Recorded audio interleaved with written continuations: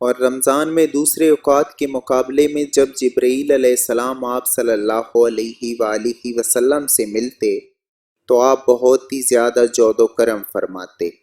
جبرائیل علیہ السلام رمضان کی ہر رات میں آپ صلی اللہ علیہ وآلہ وسلم سے ملاقات کرتے اور آپ صلی اللہ علیہ وآلہ وسلم کے ساتھ قرآن کا دورہ کرتے۔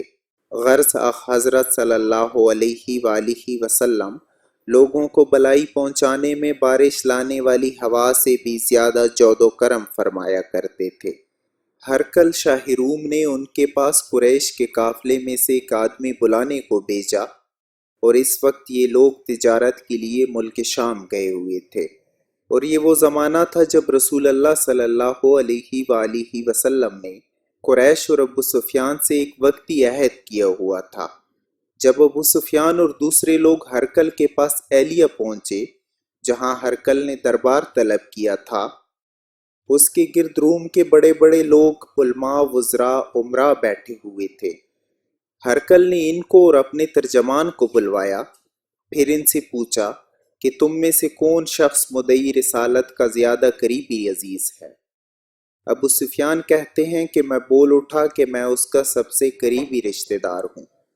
یہ سن کر ہرقل نے حکم دیا کہ اس کو یعنی ابو سفیان کو میرے قریب لا کر بٹھاؤ اور اس کے ساتھیوں کو اس کی پیٹھ کے پیچھے بٹھا دو۔ پھر اپنے ترجمان سے کہا کہ ان لوگوں سے کہہ دو کہ میں ابو سفیان سے اس شخص کے یعنی محمد صلی اللہ علیہ وآلہ وسلم کے حالات پوچھتا ہوں۔ اگر یہ مجھ سے کسی بات میں جھوٹ بول دے تو تم اس کا جھوٹ ظاہر کر دینا۔ ابو سفیان کا قول ہے کہ خدا کی قسم اگر مجھے یہ غیرت نہ آتی کہ یہ لوگ مجھ کو جھٹلائیں گے تو میں آپ صلی اللہ علیہ وآلہ وسلم کی نسبت ضرور غلط گوئی سے کام لیتا۔ خیر پہلی بات جو ہرقل نے مجھ سے پوچھی وہ یہ کہ اس شخص کا خاندان تم لوگوں میں کیسا ہے؟ میں نے کہا وہ تو بڑے اونچے عالی نسب والے ہیں۔ کہنے لگا اس سے پہلے بھی کسی نے تم لوگوں میں سے ایسی بات کہی تھی؟ میں نے کہا نہیں۔ کہنے لگا اچھا اس کے بڑوں میں سے کوئی بادشاہ ہوا ہے؟ میں نے کہا نہیں۔ پھر اس نے کہا بڑے لوگوں نے اس کی پیروی اختیار کی ہے یا کمزوروں نے؟ میں نے کہا نہیں، کمزوروں نے۔ پھر کہنے لگا اس کے تابعدار روز بڑھتے جاتے ہیں یا کوئی ساتھی پھر بھی جاتا ہے؟ میں نے کہا نہیں۔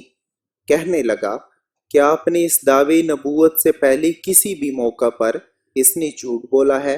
میں نے کہا نہیں، اور اب ہماری اس سے صلح کی ایک مقرر مدت ٹھہری ہوئی ہے، معلوم نہیں وہ اس میں کیا کرنے والا ہے۔ ابو سفیان کہتے ہیں میں اس بات کے سوا اور کوئی جھوٹ اس گفتگو میں شامل نہ کر سکا۔ ہرقل نے کہا کیا تمہاری اس سے کبھی لڑائی بھی ہوتی ہے؟ ہم نے کہا ہاں۔ بولا پھر تمہاری اور اس کی جنگ کا کیا حال ہوتا ہے؟ میں نے کہا لڑائی ڈھول کی طرح ہے، کبھی وہ ہم سے میدان جنگ جیت لیتے ہیں اور کبھی ہم ان سے جیت لیتے ہیں۔ ہرقل نے پوچھا وہ تمہیں کس بات کا حکم دیتا ہے؟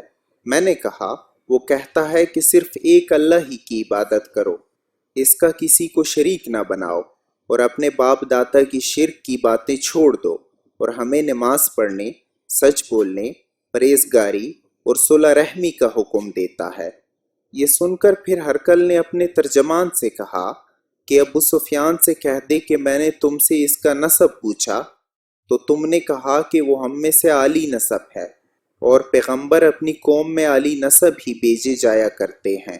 میں نے تم سے پوچھا کہ دعوت نبوت کی یہ بات تمہارے اندر اس سے پہلے کسی اور نے بھی کہی تھی؟ تو تم نے جواب دیا کہ نہیں۔ تب میں نے اپنے دل میں کہا کہ اگر یہ بات اس سے پہلے کسی نے کہی ہوتی تو میں سمجھتا کہ اس شخص نے بھی اسی بات کی تلقین کی ہے جو پہلے کہی جا چکی ہے۔ میں نے تم سے پوچھا کہ اس کے بڑوں میں کوئی بادشاہ بھی گزرا ہے؟ تم نے کہا نہیں۔ تو میں نے دل میں کہا کہ ان کے بزرگوں میں سے کوئی بادشاہ ہوا ہوگا تو کہہ دوں گا کہ وہ شخص اس بہانے اپنے آباء و اجداد کی بادشاہت اور ان کا ملک دوبارہ حاصل کرنا چاہتا ہے۔ اور میں نے تم سے پوچھا کہ اس بات کے کہنے یعنی پیغمبری کا دعویٰ کرنے سے پہلے تم نے کبھی اس کو دروغ گوئی کا الزام لگایا ہے؟ تم نے کہا نہیں۔ تو میں نے سمجھ لیا کہ جو شخص آدمیوں کے ساتھ دروغ گوئی سے بچے وہ اللہ کے بارے میں کیسی جھوٹی بات کہہ سکتا ہے۔ اور میں نے تم سے پوچھا کہ بڑے لوگ اس کے پیرو ہوتے ہیں یا کمزور آدمی؟ تم نے کہا کمزوروں نے اس کی اتباع کی ہے۔ تو دراصل یہی لوگ پیغمبروں کے متبعین ہوتے ہیں۔ اور میں نے تم سے پوچھا کہ اس کے ساتھی بڑھ رہے ہیں یا کم ہو رہے ہیں؟ تم نے کہا کہ وہ بڑھ رہے ہیں۔ اور ایمان کی کیفیت یہی ہوتی ہے حتیٰ کہ وہ کامل ہو جاتا ہے۔ اور میں نے تم سے پوچھا کہ آیا کوئی شخص اس کے دین سے ناخوش ہو کر مرتد بھی ہو جاتا ہے؟ تم نے کہا نہیں۔ تو ایمان کی خاصیت بھی یہی ہے، جن کے دلوں میں اس کی مسرت رچ بس جائے وہ اس سے لوٹا نہیں کرتے۔ اور میں نے تم سے پوچھا کہ آیا وہ کبھی عہد شکنی کرتے ہیں؟ تم نے کہا نہیں۔ پیغمبروں کا یہی حال ہوتا ہے، وہ عہد کے خلاف ورزی نہیں کرتے۔ اور میں نے تم سے کہا کہ وہ تم سے کس چیز کے لیے کہتے ہیں؟ تم نے کہا کہ وہ ہمیں حکم دیتے ہیں کہ اللہ کی عبادت کرو، اس کے ساتھ کسی کو شریک نہ ٹھہراؤ، اور تمہیں بتوں کی پرستش سے روکتے ہیں، سچ بولنے اور پرہیزگاری کا حکم دیتے ہیں۔ لہٰذا اگر یہ باتیں جو تم کہہ رہے ہو سچ ہیں تو عنقریب وہ اس جگہ کا مالک ہو جائے گا کہ جہاں میرے یہ دونوں پاؤں ہیں۔ مجھے معلوم تھا کہ وہ پیغمبر آنے والا ہے، مگر مجھے یہ معلوم نہیں تھا کہ وہ تمہارے اندر ہوگا۔ اگر میں جانتا کہ اس تک پہنچ سکوں گا تو میں اس سے ملنے کے لیے ہر تکلیف گوارا کرتا۔ اگر میں اس کے پاس ہوتا تو اس کے پاؤں دھوتا۔ ہرقل نے رسول اللہ صلی اللہ علیہ وآلہ وسلم کا وہ خط منگایا جو آپ نے داہیہ کلبی رضی اللہ تعالیٰ عنہ کے ذریعے حاکم بصرہ کے پاس بھیجا تھا، اور اس نے وہ ہرقل کے پاس بھیج دیا تھا۔ پھر اس کو پڑھا تو اس میں لکھا تھا، اللہ کے نام کے ساتھ جو نہایت مہربان اور رحم والا ہے۔ اللہ کے بندے اور اس کے پیغمبر محمد صلی اللہ علیہ وآلہ وسلم کی طرف سے یہ خط ہے، شاہ روم کے لیے۔ اس شخص پر سلام ہو جو ہدایت کی پیروی کرے، اور اس کے بعد میں آپ کے سامنے دعوت اسلام پیش کرتا ہوں۔ اگر آپ اسلام لے آئیں گے تو دین و دنیا میں سلامتی نصیب ہوگی، اللہ آپ کو دوہرا ثواب دے گا۔ اگر آپ میری دعوت سے روگردانی کریں گے تو آپ کی رعایا کا گناہ بھی آپ ہی پر ہوگا۔ اور اے اہل کتاب، ایک ایسی بات پر آ جاؤ جو ہمارے اور تمہارے درمیان یکساں ہے، وہ یہ کہ ہم اللہ کے سوا کسی کی عبادت نہ کریں اور کسی کو اس کا شریک نہ ٹھہرائیں، اور نہ ہم میں سے کوئی کسی کو خدا کے سوا اپنا رب بنائے۔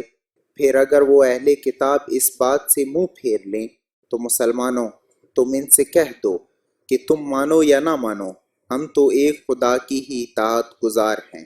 ابو سفیان کہتے ہیں جب ہرقل نے جو کچھ کہنا تھا کہہ دیا اور خط پڑھ کر فارغ ہوا تو اس کے ارد گرد بہت شور و غوغا ہوا، بہت سی آوازیں اٹھیں اور ہمیں باہر نکال دیا گیا۔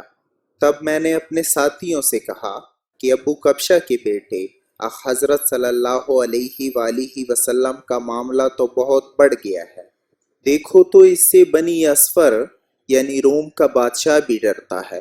مجھے اس وقت سے اس بات کا یقین ہو گیا کہ حضور صلی اللہ علیہ وآلہ وسلم عنقریب غالب ہو کر رہیں گے، حتیٰ کہ اللہ نے مجھے مسلمان کر دیا۔ راوی کا بیان ہے کہ ابن ناطور ایلیا کے حاکم ہرقل کا مصاحب اور شام کے نصاری کا لاٹ پادری بیان کرتا تھا کہ ہرقل جب ایلیا آیا ایک دن صبح کو پریشان اٹھا تو اس کے درباریوں نے دریافت کیا کہ آج ہم آپ کی حالت بدلی ہوئی پاتے ہیں، کیا وجہ ہے؟ ابن ناطور کا بیان ہے کہ ہرقل نجومی تھا، علم نجوم میں وہ پوری مہارت رکھتا تھا۔ اس نے اپنے ہم نشینوں کو بتایا کہ میں نے آج رات ستاروں پر نظر ڈالی تو دیکھا کہ ختنہ کرنے والوں کا بادشاہ ہمارے ملک پر غالب آ گیا ہے۔ بھلا اس زمانے میں کون لوگ ختنہ کرتے ہیں؟ انہوں نے کہا کہ یہود کے سوا کوئی ختنہ نہیں کرتا، سو ان کی وجہ سے پریشان نہ ہوں۔ سلطنت کے تمام شہروں میں یہ حکم لکھ دیجیے کہ وہاں جتنے یہودی ہوں سب قتل کر دیے جائیں۔ وہ لوگ انہی باتوں میں مشغول تھے کہ ہرقل کے پاس ایک آدمی لایا گیا جسے شاہ غسان نے بھیجا تھا۔ اس نے رسول اللہ صلی اللہ علیہ وآلہ وسلم کے حالات بیان کیے۔ جب ہرقل نے سارے حالات سن لیے تو کہا جا کر دیکھو وہ ختنہ کیے ہوئے ہے یا نہیں۔ انہوں نے اسے دیکھا تو بتلایا کہ وہ ختنہ کیا ہوا ہے۔ ہرقل نے جب اس شخص سے عرب کے بارے میں پوچھا تو اس نے بتلایا کہ وہ ختنہ کرتے ہیں۔ تب ہرقل نے کہا کہ یہی محمد صلی اللہ علیہ وآلہ وسلم اس امت کے بادشاہ ہیں جو پیدا ہو چکے ہیں۔ پھر اس نے اپنے ایک دوست کو رومیہ خط لکھا اور وہ بھی علم نجوم میں ہرقل کی طرح ماہر تھا۔ پھر وہاں سے ہرقل حمص چلا گیا۔ ابھی حمص سے نکلا نہیں تھا کہ اس کے دوست کا خط اس کے جواب میں آ گیا۔ اس کی رائے بھی حضور صلی اللہ علیہ وآلہ وسلم کے ظہور کے بارے میں ہرقل کے موافق تھی کہ محمد صلی اللہ علیہ وآلہ وسلم واقعی پیغمبر ہیں۔ اس کے بعد ہرقل نے روم کے بڑے آدمیوں کو اپنے حمص کے محل میں طلب کیا اور اس کے حکم سے محل کے دروازے بند کر لیے گئے۔ پھر وہ اپنے خاص محل سے باہر آیا اور کہا، اے روم والوں، کیا ہدایت اور کامیابی میں کچھ حصہ تمہارے لیے بھی ہے؟ اگر تم اپنی سلطنت کی بقا چاہتے ہو تو پھر اسی نبی صلی اللہ علیہ وآلہ وسلم کی بیعت کر لو اور مسلمان ہو جاؤ۔ یہ سننا تھا کہ پھر وہ لوگ وحشی گدھوں کی طرح دروازوں کی طرف دوڑے مگر انہیں بند پایا۔ آخر جب ہرقل نے اس بات سے ان کی یہ نفرت دیکھی اور ان کی ایمان لانے سے مایوس ہو گیا تو کہنے لگا کہ ان لوگوں کو میرے پاس لاؤ۔ جب وہ دوبارہ آئے تو اس نے کہا، میں نے جو بات کہی تھی اس سے تمہاری دینی پختگی کی آزمائش مقصود تھی، سو وہ میں نے دیکھ لی۔ تب یہ بات سن کر وہ سب کے سب اس کے سامنے سجدے میں گر پڑے اور اس سے خوش ہو گئے۔ بالآخر ہرقل کی آخری حالت یہی رہی۔ ابو عبداللہ کہتے ہیں کہ اس حدیث کو صالح بن کیسان، یونس اور معمر نے بھی زہری سے روایت کیا ہے۔ رسول اللہ صلی اللہ علیہ وآلہ وسلم نے فرمایا، اسلام کی بنیاد 5 چیزوں پر قائم کی گئی ہے۔